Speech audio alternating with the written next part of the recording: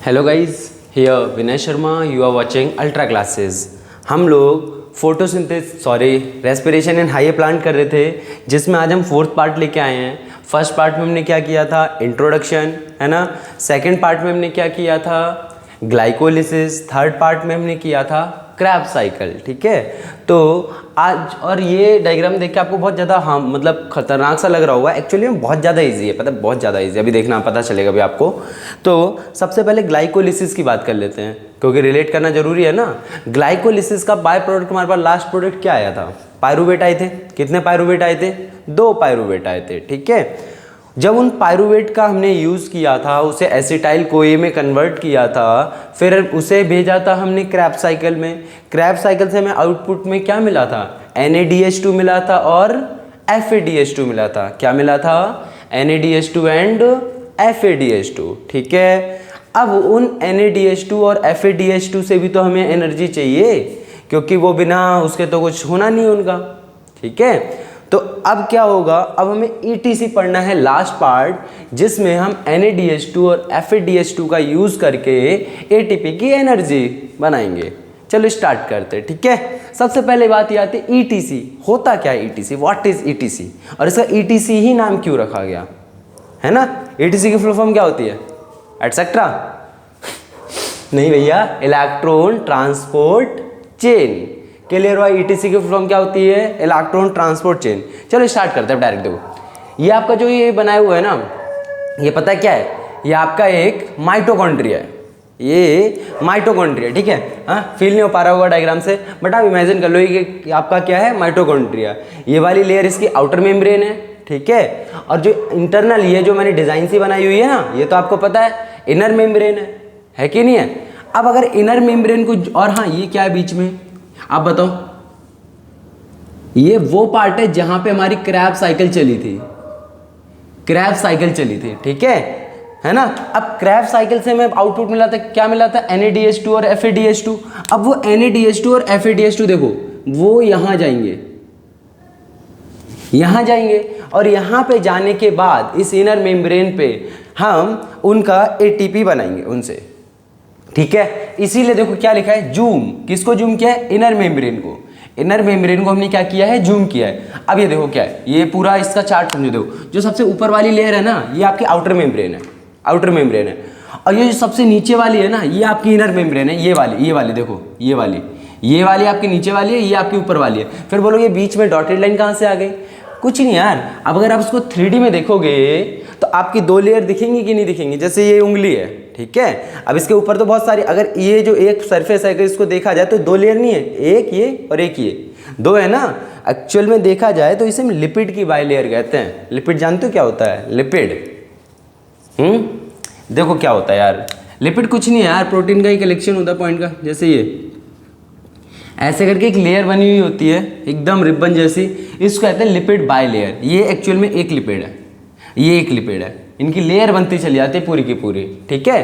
Proteinaceous layer होती है आपकी, हर चीज़ में होती है। इसको डिटेल में बायोमोलिक्यूल में पढ़ाया जाता है ना, वहाँ हम लोग इस टॉपिक को कवर करेंगे, ठीक है। अब स्टार्ट करते हैं, एक्चुअल में था क्या। हम लोग बिल्कुल नीचे से चलते हैं कि क्रैब साइकिल से हमें NaDH2 और FADH2 मिलेगा, ठीक है भैया। ये रहा हमारा NaDH2, है ना, ये रहा NaDH2, ये रहा हमारा FADH2। यहाँ तक कोई दिक्कत नहीं, ठीक है भैया। अब करना क्या है, इस सीक्वेंस है ये FMN FES, ठीक है। Q और QS2 ये सब है, ठीक है। अब इन सब का मतलब क्या है वो देखो। सबसे पहले होता है क्या, आउटपुट की कहानी समझो, एकदम ओवर से इसकी कहानी समझो क्या होता है। NaDH2 से हमें करना क्या है, पहले ये देखो NaDH2 में होता क्या है। जैसे कि NaDH2 है, NaDH2 है, सबसे पहले क्या, ये NaDH वो NAD की फॉर्म में पड़ा था। हमने इसे क्या क्या दिया भैया, हमने इसे H+ दिया, एक इलेक्ट्रॉन दिया NAD को ना, तभी आपका फाइनल प्रोडक्ट जाके क्या बन गया था, तभी ये बना था आपका NaDH2। जब इसको H+ और इलेक्ट्रॉन दोनों दिए गए तो ये बना आगे जाके क्या, NaDH2, ठीक है। तो हम चाहे, मतलब इसके पास H+ और इलेक्ट्रॉन दोनों है, हमें ये आउटपुट पता है। यही सेम काम FADH2 के साथ हुआ था, उसे भी H+ और इलेक्ट्रॉन दोनों दिए गए थे। क्लियर हुआ? अब देखो हमें करना क्या है, हमें इस इलेक्ट्रॉन को यहाँ भेजना है। जैसे कि फोटोसिंथेसिस में लाइट रिएक्शन में होता है ना, सेम काम करना है हमें यहाँ पे। इलेक्ट्रॉन यहाँ जाएगा, अब ये इलेक्ट्रॉन देखो ऊपर जा रहा है, अब इसकी एनर्जी का यूज़ करेंगे हम, इलेक्ट्रॉन की एनर्जी का यूज़ करके H+ ऊपर पहुँचा देंगे। यही सेम काम हम उसमें कर रहे थे, लाइट रिएक्शन में कर रहे थे ना। तो इलेक्ट्रॉन की एनर्जी का यूज़ करके H+ यहाँ पहुँचाना हमें। देखो ओवरऑल 4 H+ आपको दिख रहे हैं ऊपर, दिख रहे हैं ना। उसके बाद इनसे इन H+ का यूज़ करके बनाएंगे हम ATP।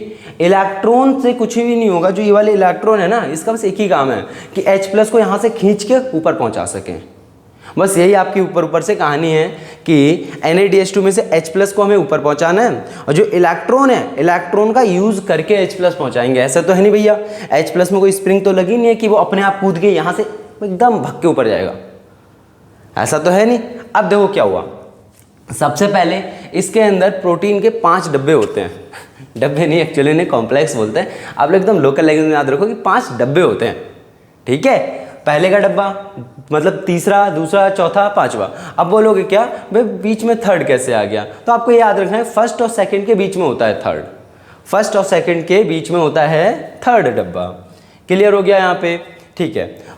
उसके बाद अगर बात करें तो NaDH2, इसने ये देखो H+ रिलीज कर दिया, और यहाँ पे इलेक्ट्रॉन भी रिलीज किया हुआ क्या, यहाँ पे भी बताया था H+ इलेक्ट्रॉन दोनों होता है। H+ रिलीज किया, यहाँ पे इलेक्ट्रॉन भी रिलीज किया हुआ। ये इलेक्ट्रॉन जाता है FMN, ये कंपाउंड्स हैं, ठीक है, जो कि इलेक्ट्रॉन को आगे एक्साइट कराते हैं। अब देखो FMN में गया आपका इलेक्ट्रॉन, FMN में जाने के बाद वो पास करता है इसको FeS में, FeS। अब यहाँ पे तो देखो FMN FeS आपको बताया गया था ये ग्राफ की तरह, यहाँ पे एनर्जी इलेक्ट्रॉन की बहुत हाई है, खुद सोचो ना। जैसे कि ये देखो, is this visible, let's see, मेरे को एक बार चेक करने दो, या इट इज़ विजिबल, है ना। अब देखो क्या है, ठीक है, देखो अब जैसे ये है, अब इसमें करना है क्या है, अगर आप धीरे धीरे धीरे धीरे ग्राफ को ऊपर लेते जाओगे, इसका मतलब एनर्जी बढ़ रही है ना, अगर ऊपर की साइड एनर्जी शो हो रही है, यही होता है ना। तो देखो जैसे जैसे ये इलेक्ट्रॉन ऊपर जाता जा रहा है, इसकी एनर्जी क्या होती जा रही है, इंक्रीज होती जा रही है। जहां पीक पे पहुंचा इनने अपनी एनर्जी यूज कर ली, ठीक है, इनने अपनी एनर्जी यूज कर ली। अब एनर्जी यूज करनी कैसे यूज करेंगे, अभी आपको आउटपुट के तौर पे मैंने क्या बताया था, इलेक्ट्रॉन की एनर्जी किस में यूज करेंगे, बताओ बताओ। अरे यार H+ को यहां से यहां पहुंचाने में तो इलेक्ट्रॉन का यूज किया, H+ पहुंच गया, देखो यहां ऊपर एक H+ पहुंच गया हमारा। चलो आगे बात करते हैं। फिर यहाँ FeS से वही इलेक्ट्रॉन आपका, ठीक है, गया Q में। अब ये Q क्या है आपका, देखो मैंने कुछ सिंबल यूज करे, उसको यहाँ पे लिख दिया UV क्विनॉन, UV क्विनॉन, ठीक है। Q में गया, Q से गया QH2 में। अब जो QH2 है, देखो हुआ क्या, UV क्विनॉन से इसमें जाने में इसने एक हाइड्रोजन लिया, देखो हाइड्रोजन आ गया, और कुछ एक्स्ट्रा तो है नहीं, इसमें आ गया हाइड्रोजन। तो अब इसने क्या किया, एक हाइड्रोजन रिलीज करके H+ इनने भी ऊपर पहुंचा दिया। दो चीजें अब ये हैं FeS और QH2, इन दोनों ने अपना अपना एक एक H+ मतलब एक H+ यूज करके ऊपर पहुंचा दिया, ठीक है, कोई दिक्कत। दो चीजें याद रह गई अभी तक हमें, FeS और QH2, इन दोनों ने क्या किया, एक एक H+ ऊपर पहुंचा दिया। क्लियर हुआ। अब इसमें हुआ क्या, देखो QH2 से आपका जो इलेक्ट्रॉन है वो जाता है थर्ड कॉम्प्लेक्स में, थर्ड कॉम्प्लेक्स में, ठीक है। अभी इनके नाम है, ये जो डब्बे हैं ना, इनके नाम है प्रॉपर, देखो नाम लिखे हुए हैं आपके लिए, ठीक है, नोट्स बना दिया आपका पूरा। तो अब इसके बाद थर्ड पे गया, तो QH2 से जो आपका इलेक्ट्रॉन है वो जाता है साइटोक्रोम B, किस में जाता है, साइटोक्रोम V। अब साइटोक्रोम B से फिर से FeS, फिर साइटोक्रोम 1 में जाता है, साइटोक्रोम 1, ठीक है, यहाँ पे लिखा हुआ है देखो, साइटोक्रोम B, फिर FeS, फिर साइटोक्रोम C। अब यहाँ पे क्या हुआ, फिर यहाँ से कोई H+ रिलीज नहीं होता, यहाँ से साइटोक्रोम में जाता है, साइटोक्रोम C में जाता है, फिर साइटोक्रोम A, साइटोक्रोम A3, ऐसे याद रख सकते हो यार सीक्वेंस से, 1CAA3, 1CAA3, 1CAA3, ठीक है, पहले 1 फिर C फिर A फिर A3, ठीक है, 1CAA3, ठीक है। अब इसके बाद होगा क्या, देखो यहां से क्या हुआ कि यहाँ पे क्या हुआ, अभी यहाँ पे थोड़ी देर के लिए रुक जाइए, फोर्थ डब्बे में, फोर्थ डब्बा कहना क्या चाहता है, इसको थोड़ी देर के लिए मतलब पॉज करो। अभी मेन चीज क्या है, अभी हम पढ़ते हैं जरा सेकंड कॉम्प्लेक्स का यूज। हमने NaDH2 का पढ़ लिया, सेम काम FeDH2 के साथ होता है, सेम काम। ये रहा FeDH2, बस इसका कॉम्प्लेक्स थोड़े नीचे है, जिस वजह से डायरेक्ट इलेक्ट्रॉन नहीं पहुंचा पाता। तो ये करता क्या है, अपना इलेक्ट्रॉन देता है FeS, डायरेक्ट FeS को देता है, ठीक है। FMN का कोई चक्कर नहीं होता यहाँ पे, ध्यान रखना, FMN का कोई भी चक्कर यहाँ पे नहीं होता। तो ये करता क्या है, FeS से आपका इलेक्ट्रॉन कहाँ गया, कहाँ गया बताओ? यूवी किनॉन में, यूवी किनॉन में, यूवी किनॉन से फिर QH2 देखो सेम सेम आ गया, FeSQ QH2, ठीक है। अब यहाँ से क्या हुआ, Q में गया, Q से QH2 इसने दे दिया साइटोक्रोम B, फिर से सेम कहानी रिपीट हो गई इसके साथ भी। मतलब क्या है, मैं साइटोक्रोम B पे ना इलेक्ट्रॉन का भंडार लगाना है, इलेक्ट्रॉन बल्क में इकट्ठे करने हैं। जब इलेक्ट्रॉन बल्क में इकट्ठे हो जाएंगे यहाँ पे तो खुद इलेक्ट्रॉन को ट्रांसपोर्ट कर दिया जाएगा। तो एक H+ यहाँ से बाहर हो गया। कुल क्लियर हुआ, कुल मिला के लॉजिक क्लियर हुआ आपको, ठीक है। याद करने का तरीका यही याद रखो ऐसे, FMN, FeS, फिर Q, फिर QH2, फिर साइटोक्रोम B। साइटोक्रोम B को किस में बीच में फंसा रखा था, FeS, फिर FeS, फिर साइटोक्रोम C1, फिर क्या होगा, बोलो बोलो, 1 के बाद क्या बताए थे, C, 1CAA3, 1CAA3 बताया था। फिर वहाँ से साइटोक्रोम C, फिर साइटोक्रोम A, फिर साइटोक्रोम A3, ठीक है। अब इसके बाद क्या होता है देखो, जब ये सारा काम हो गया, फिर अब ये H+ जो ने इतना सारा कलेक्ट कर रखा है उसका क्या होगा, और जो इलेक्ट्रॉन यहाँ पहुँच गया है इस इलेक्ट्रॉन का क्या होगा। अब इन दोनों का भी तो आउटपुट समझना है। पहले इलेक्ट्रॉन का देखो, पता है इस इलेक्ट्रॉन का ना इंतजार कर रही है यहाँ पे ऑक्सीजन, एक O2 का एक मॉलिक्यूल यहाँ पे इलेक्ट्रॉन का इंतजार कर रही है। यहाँ पे H+ पड़ा हुआ है। अब खुद सोचो, देखो यहाँ पे अलग से हम रिएक्शन लिखते हैं, O2 + H+ प्लस इलेक्ट्रॉन, ये 3 चीज़ मिल गई यार। पानी बनाने के लिए और चाहिए क्या, तो इनसे क्या बन जाएगा, H2O, O2 + H+ plus electron से क्या बन जाएगा, H2O। अब यहाँ पे देखो क्या बन चुका है, H2O बन चुका है। तो यहाँ पे भैया इलेक्ट्रॉन का तो यूज़ हो गया, ये चीज़ समझ में आ गई, इलेक्ट्रॉन का यूज़ हो गया। अब इस H+ का क्या करना है भैया, जो इतनी देर से हम लोग इकट्ठे करते जा रहे हैं, इसके लिए होता है 5th कॉम्प्लेक्स। 5th कॉम्प्लेक्स, ये रहा 5वां कॉम्प्लेक्स। अब 5th कॉम्प्लेक्स के अंदर क्या होता है, ये देखो कुछ ऐसा स्ट्रक्चर होता है। इस स्ट्रक्चर को हमने पहले भी एक बार पढ़ा हुआ, कोई बताएगा कहाँ पे भैया, लाइट रिएक्शन का सबसे लास्ट वाला पार्ट, लाइट रिएक्शन, इसको एक बार देख लो जाके यार। चलो देखो, अब F0 की बात करें, F0 और F1, इसके 2 पार्ट होते हैं, ऊपर वाले को बोलते हैं F0, नीचे वाले को बोलते हैं F1। यहाँ पे एक एंजाइम प्रेजेंट होता है which is called ATP synthase. ATP synthase ये बड़ा गजब का एंजाइम है। पता करता क्या है, जो H+ है, जब यहाँ पे खुद सोचो बहुत सारा H+ इकट्ठा हो जाएगा तो इन पर एक प्रेशर लगेगा नीचे आने के लिए। जैसे गुब्बारा है, गुब्बारे में तुम हवा भरते जा रहे हो तो एक टाइम बाद क्या होगा, वो गुब्बारे में बहुत तगड़ा वाला प्रेशर लगेगा बाहर निकलने के लिए। ऐसे जब H+ बहुत सारा भर जाएगा ना तो सारे H+ निकलने की कोशिश करेंगे, और उसी बात का ये उठा लेता है फायदा। और ATP सिंथेज क्या करता है, उस एनर्जी का यूज करके, और आपको पता है ADP तो बहुत फालतू चीज है, वो तो ऐसे ही पड़ा रहता है आपका, तो और एक ADP को पकड़ता है, इसका एनर्जी यूज करता है, इसकी एनर्जी और ADP इन दोनों का यूज करके ATP सिंथेज बना देता है ATP। कुछ ऐसा समझ लो हाँ, कि ये जो ATP सिंथेज है ये पंडित की तरह काम करता है। पंडित की तरह कैसे भैया, ये देखो H+ आ रहा है, H+ को आप मान लो लड़का है, और इलेक्ट्रॉन जो यहाँ पे आपका ADP है वो दुल्हन है, इन दोनों को मिला दिया और रिलीज हो गई ATP। क्लियर हुआ, तो यहाँ पे H+ और इलेक्ट्रॉन मिलको मिला के क्या बन गया, ATP। ठीक है, एंजाइम कौन सा यूज हुआ, ATP सिंथेज। कोई दिक्कत यहाँ पे, कोई दिक्कत। अब देखो यहाँ पे एनर्जी रिलीज हो गई, ये सब हो किसकी वजह से रहा है, इलेक्ट्रॉन की वजह से। इलेक्ट्रॉन की, देखो हमने सारी फसाद का जड़ इलेक्ट्रॉन ही है। इलेक्ट्रॉन की एनर्जी का यूज करके हमने H+ ऊपर पहुंचाया, और उस H+ की एनर्जी का यूज करके हमने ATP बनाया। क्लियर हुआ। अब कौन से मॉलिक्यूल से कितनी एनर्जी बनी है उसकी थोड़ी देर में अभी कैलकुलेशन करते हैं। उससे पहले ये देखो इनका नाम क्या होता है, कॉम्प्लेक्सेस का नाम याद रखना इंपॉर्टेंट है बेटा। देखो पहला कॉम्प्लेक्स है NADH2 का यूज कर रहा है, ठीक है भैया। क्या इसमें से हाइड्रोजन निकाल लो, आप निकाल लो। हाइड्रोजन को निकालने को क्या हम डीहाइड्रोजिनेज बोलेंगे, डीहाइड्रोजन। हाइड्रोजन मतलब डी मतलब निकालना, तो NADH2 डीहाइड्रोजिनेज, तो पहले का नाम याद हो गया NADH2 डीहाइड्रोजिनेज। अभी इसको 2 बार बोलो, NADH2 डीहाइड्रोजिनेज, NADH2 डीहाइड्रोजिनेज, तो अपने आप क्लियर हो जाएगा। अब जरा बात कर लो ये इसके, यार दोनों में सेकंड कॉम्प्लेक्स लिख दिया, बताओ हद है यार, क्या हो गया। ये 3rd कॉम्प्लेक्स है आपका, ठीक है। अब बात करते हैं बेटा सेकंड कॉम्प्लेक्स। सेकंड कॉम्प्लेक्स क्या है, ये हमारा सेकंड वाला। अब इसमें क्या बोलोगे भैया, FADH2 डीहाइड्रोजिनेज। नहीं भैया, देखो एक बात बताओ, FADH2 बना कैसे था, याद करो क्रैब साइकिल। क्या सक्सीनेट का यूज़ किया था, सक्सीनेट से कहाँ गए थे, फ्यूमारेट पे। सक्सीनेट से कहाँ गए थे, फ्यूमारेट पे, तब आपका ये बना था। तो वही है यहाँ पे, सक्सीनेट में से डिहाइड्रोजिनेज करा है आपने, सक्सीनेट में से। तो याद रहेगा FADH2 में क्या होगा, succinate dehydrogenase, succinate dehydrogenase. Third की बात करें साइटोक्रोम, यार इसमें साइटोक्रोम बहुत सारे हैं, है कि नहीं है। और सबसे पहले बी आ रहा है कि नहीं आ रहा, सबसे पहले क्या आ रहा है, बी आ रहा है, और इसमें C1 आ रहा है, तो दोनों को मिला के लिख दो ना यार, cytochrome BC1 complex, cytochrome BC1 complex. ठीक है, ये तीनों क्लियर हो गया। फोर्थ वाले का नाम क्या है भैया, फोर्थ वाले क्या है, साइटोक्रोम है, इसमें तो AA है बस, है तो इसको लिख दिया ऑक्सीडेज, साइटोक्रोम ऑक्सीडेज। नाम याद हो गया सबके, आसान देना ना हम।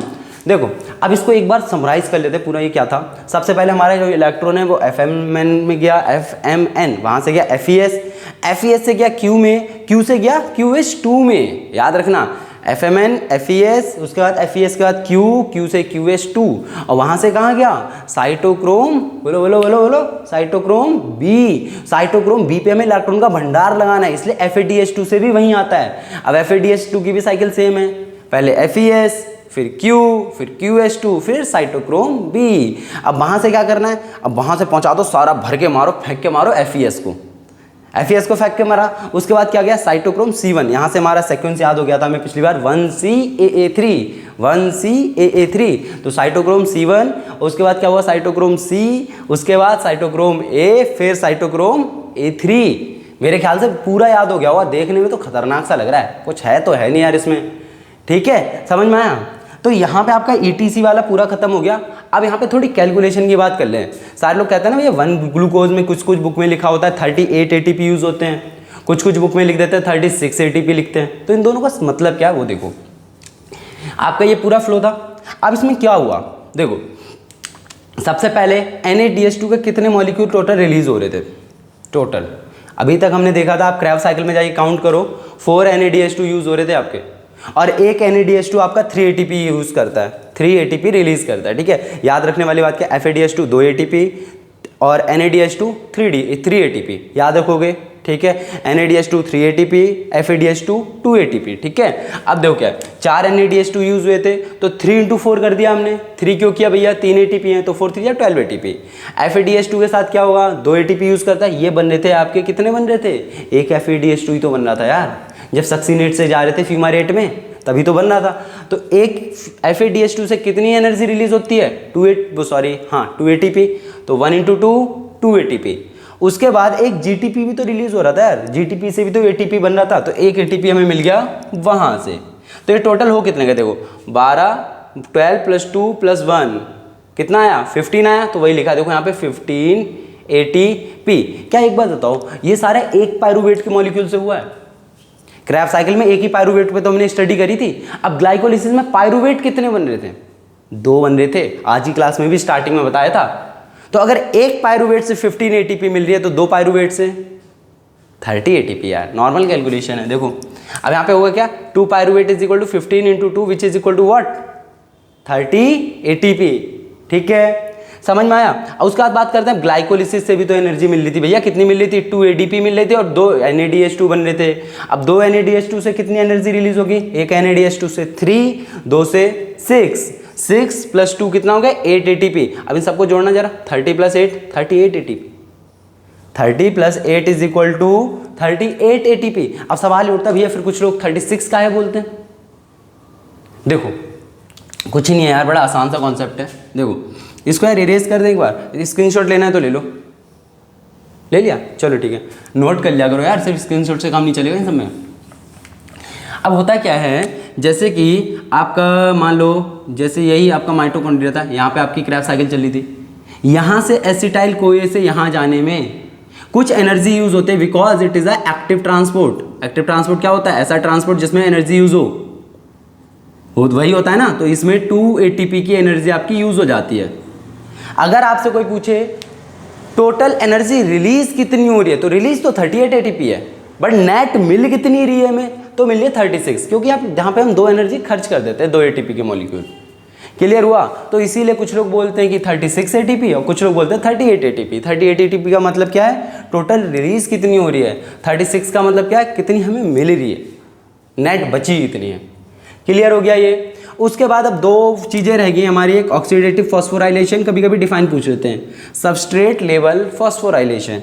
अब इसमें क्या होता है भैया, सबस्ट्रेट लेवल फॉस्फोराइलेशन का मतलब आपका होता है आपको डायरेक्ट एटीपी मिलना। जैसे देखो एक ये जीटीपी से मिल रहा था और ग्लाइकोलिसिस से डायरेक्ट मिल रहे थे 2 एटीपी, तो इनको क्या कहते हैं, सबस्ट्रेट लेवल फॉस्फोराइलेशन।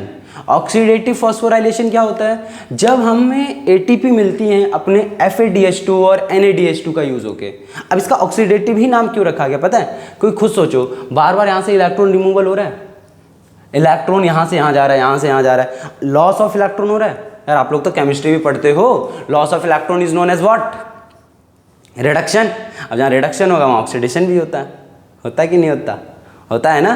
तो बेटा दूसरे को तो ऑक्सीडाइज कर रहा है ना, वो ऑक्सीडाइज कर रहा है, that's why it is known as oxidative phosphorylation. जिसमें रिडक्शन होता है वो हो क्या रहा है, ऑक्सीडाइज, उस करता क्या है, कौन से एजेंट की तरह काम करता है, ठीक है। तो ये कौन सा होगा, ऑक्सीडेटिव फॉस्फोराइलेशन। बट बायो में आपको ज़्यादा डीप नहीं जाना, इसमें बस इतना याद रखो, जिससे हमें इनडायरेक्टली एनर्जी मिलती है, फॉर एग्जांपल FADH2 NADH2 से, तो उसे हम बोलते हैं क्या है, ऑक्सीडेटिव फॉस्फोराइलेशन। और जिसमें हमें डायरेक्ट मिल जाती है उसे बोलते हैं सबस्ट्रेट लेवल फॉस्फोराइलेशन, ठीक है। होपफुली आपको यहाँ तक क्लियर हो गया होगा। इस चैप्टर में बस हमारा एक छोटा सा पार्ट बचा हुआ है, एम्फोबोलिक पाथवे। इसके बाद हमने सारा पूरा चैप्टर इसमें कवर अप कर लिया है, ठीक है। और वो बहुत छोटा सा टॉपिक है, थ्योरेटिकल टॉपिक है, आसान है, उसमें कुछ है नहीं। मेन आपका यही था, क्योंकि देखो हमें ATP मिल गया है ना, तो हम लोग पूरा अगर सोचे तो वाइंड अप कर चुके हैं। फोटोसिंथेसिस से हम पहले ग्लूकोज बनाया था, फिर उस ग्लूकोज का यूज़ करके फिर हमने बना ली फाइनली एनर्जी, ठीक है। तो इनको चैप्टर वाइज मत पढ़ो, एक अलग पूरी थ्योरी वाइज पढ़ो, तभी आपका कुछ काम हो सकता है ना, तभी तो कहानी पूरी याद रहेगी, ठीक है। मिलते हैं हम लोग अगले पार्ट में, एम्फोबोलिक पाथवे में, ठीक है। होपफुली आपको ये सब समझ में आया होगा। तब तक के लिए bye bye and see you again.